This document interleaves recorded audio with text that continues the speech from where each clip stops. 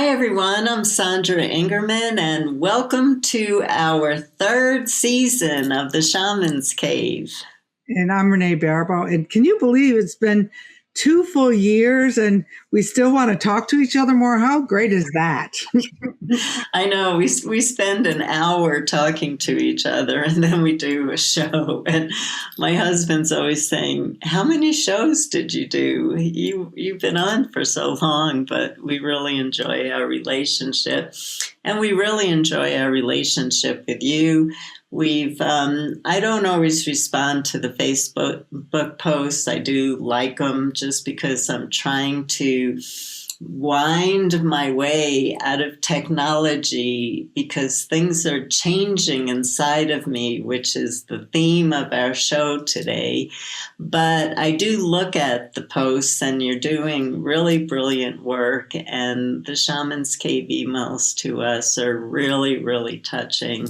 We're getting so much heartfelt love, so thank you. And we're getting great topics, which we'll talk about because it's part of our third season.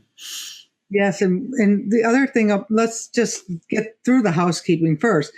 Make sure you go over to shamanstv.com and sign up for our mailing list. And then we only send one email a week to let you know when we drop a new show, or come over to the Shamans Cave on Facebook and join us, part of that community. And just a reminder, that's Sandra and our page that we've worked really hard to build. So if you find yourself just posting your promotional events, we have, our moderators and myself, we don't accept them. If you post a lot of really good content for, and respond to other people, sometimes I let your event slide. But it's about talking about shamanism and not just anything, but just shamanism. And that's one of the things that I'd like to see us go even deeper in, is that I think there's like 11,000 people on that group now.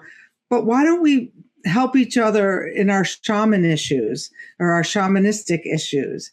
And find us over at YouTube and subscribe. We're up to, in 2 years, over 7,000 subscribers. Yay. And the posts that do ask questions about shamanism that are appropriate, there are some posts that are a little bit off track. I do comment on those. So I just want to let you know that if you do write something meaningful about the Shaman's Cave, about us doing shamanistic work together during these changing times, because one of the things that my helping spirit, Isis, is starting to share with me is that in a lot of ways, and I don't know the right way to say this, I'm a dying breed, the time of lone shamans is over. And we can actually see it happening. The lone shamans are starting to transcend or retire. And I'm still a lone shaman, and I'm going deeper within. I'm going into a lonelier. It's not lonelier. It's actually so rich and meaningful that it's drawing me within, because such a beautiful place to live every minute of my life connected to spirit. So I'm going really within. But with Isis has been sharing, and we're already seeing it. We're seeing so many examples. Renee and I were talking about it before the show, is that collectives of people are coming together and will be teaching different things to each other instead of their one teacher. And when healing has to happen, a group will come together for healing. So there are many big changes that are coming up, and that's one of the things that we want to talk about on the show. Yes. So we thought we would do a little bit of looking back to where we came from, how we got together, and some changes that have happened in this last year, and maybe look a little bit ahead to where we plan on going this year. And as you were saying that about people leaving, I would just like to take a moment of silence for our friend Hank Wesselman, who passed recently.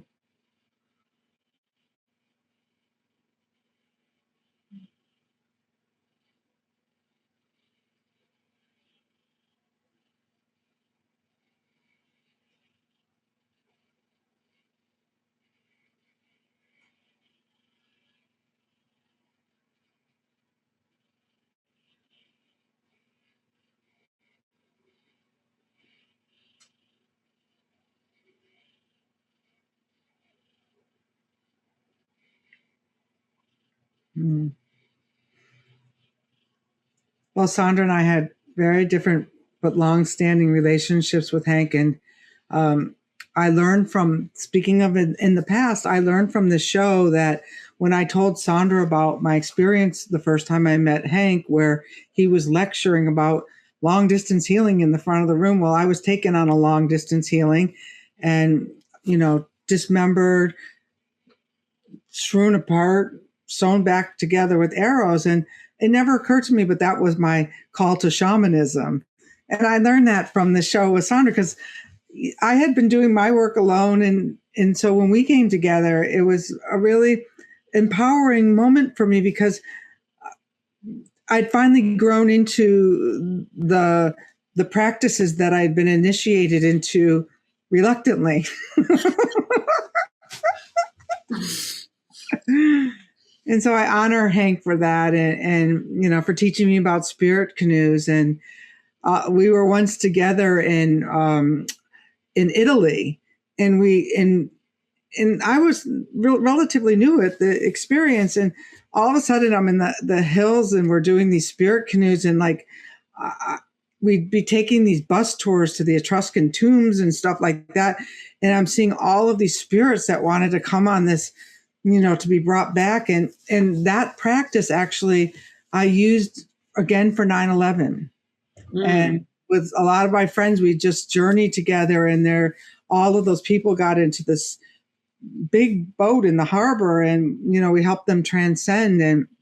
And so, and also over at, on my YouTube channel, I have one of the final interviews from Hank that he gave over the holidays. So make sure you go and listen to.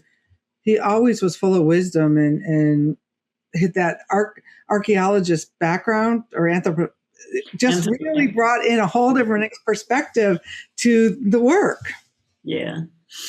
Hank was a great shaman, and he was also a scientist. And so Hank was a student of mine and a really, really good friend of mine. And then we became colleagues, and we wrote a book together, and we were friends until the end. We fought a lot because he had a brilliant mind, and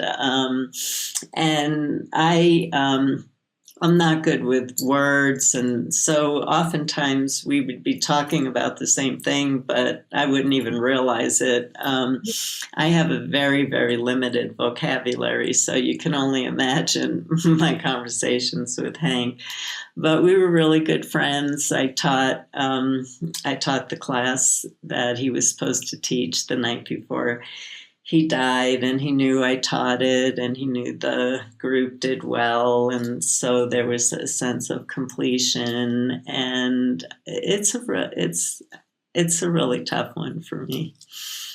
It kind of marks where we are in this beginning our third year journey here together. Is that it's like there's a real changing of the guard going on in terms of going from the solo shaman and the demigod shamans to, that now it's essential that groups work together.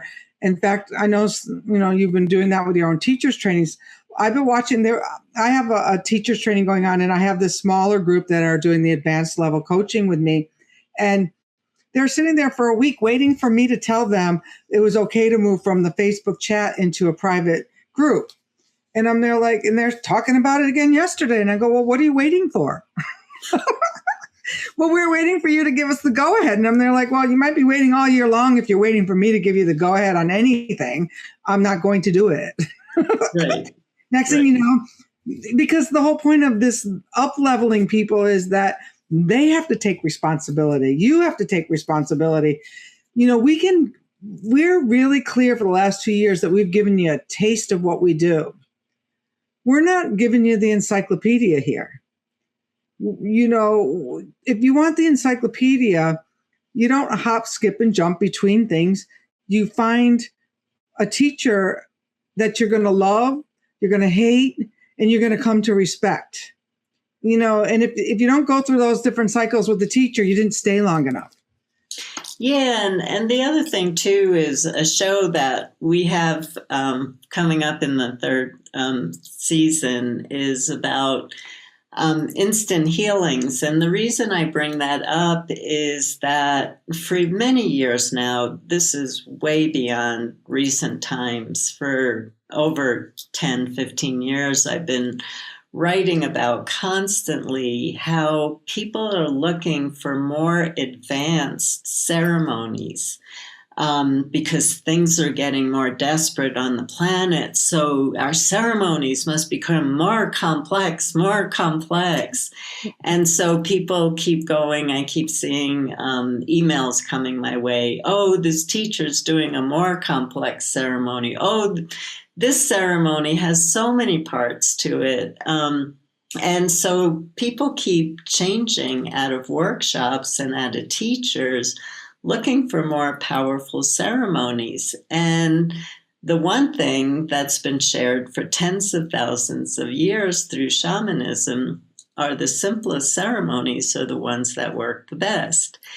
And also, and we've talked about this before, when you change from course to course, system to system, still staying in shamanism, but you're not staying on one particular track to see where it's going to lead you.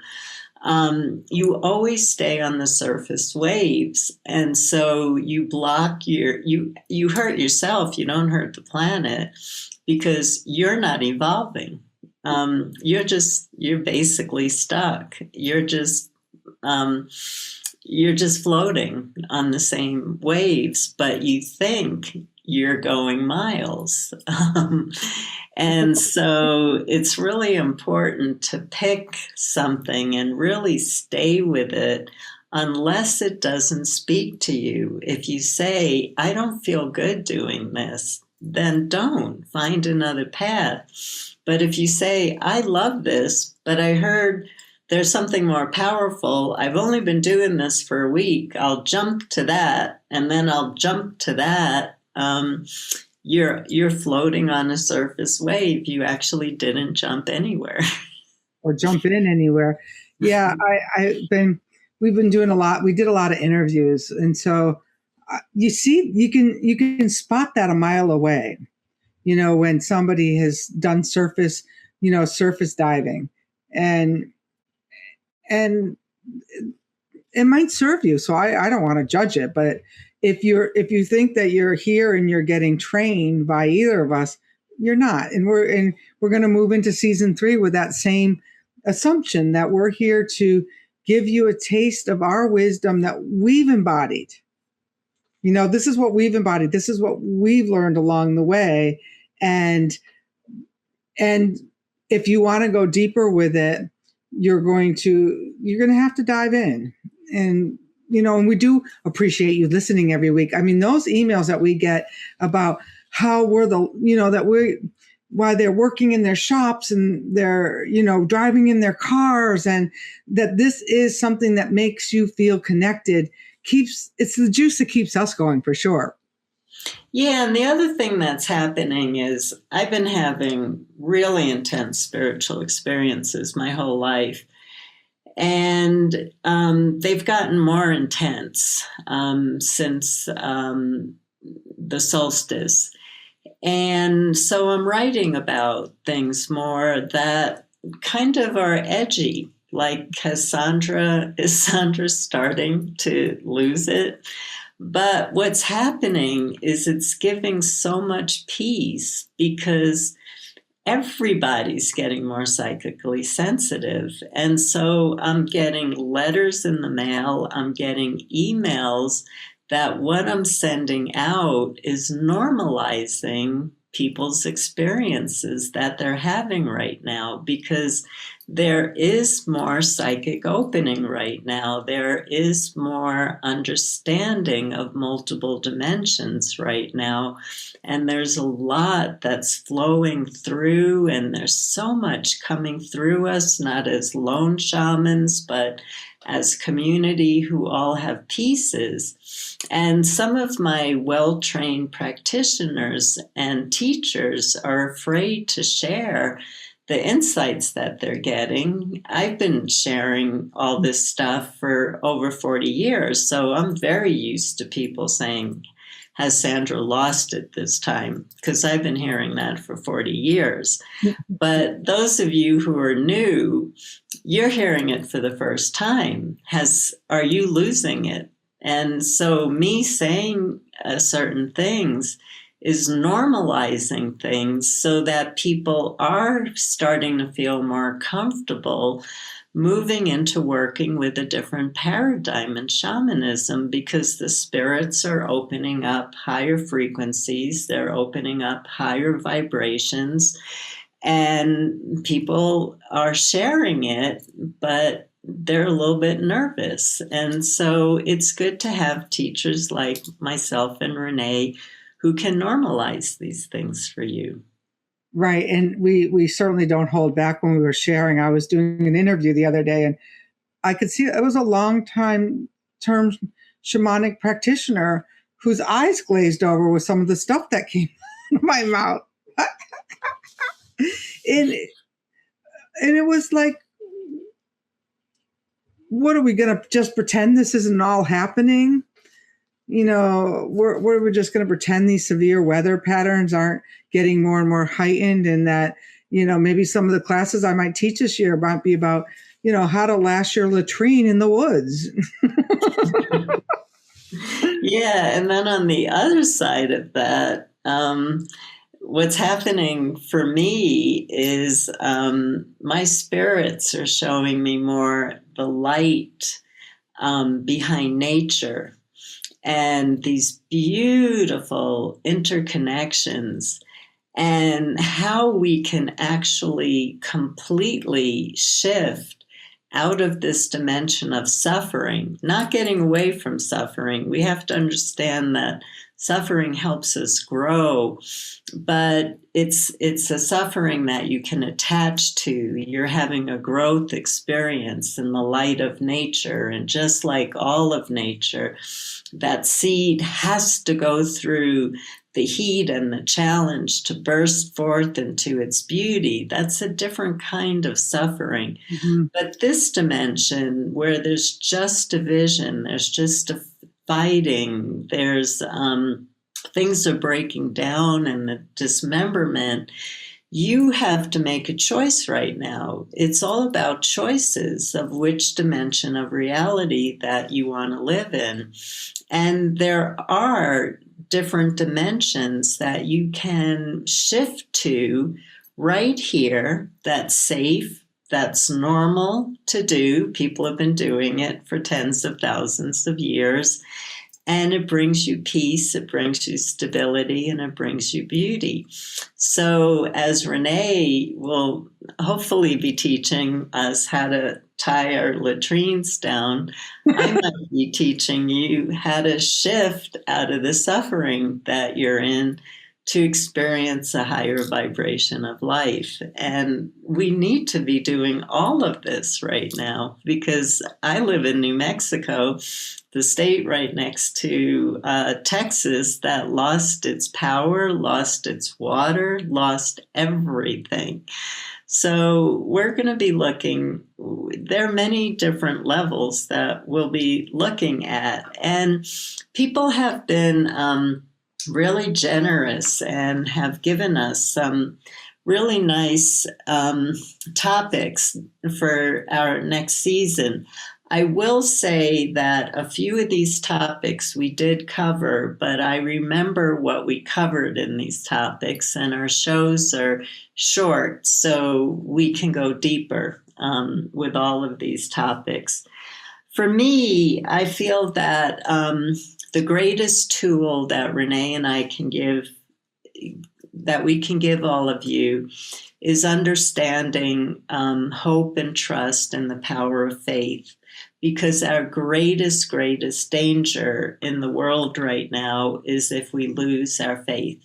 It's our greatest danger. And so we'll be doing shows on that. We'll be talking about how people are going to shamanic healings and what to expect.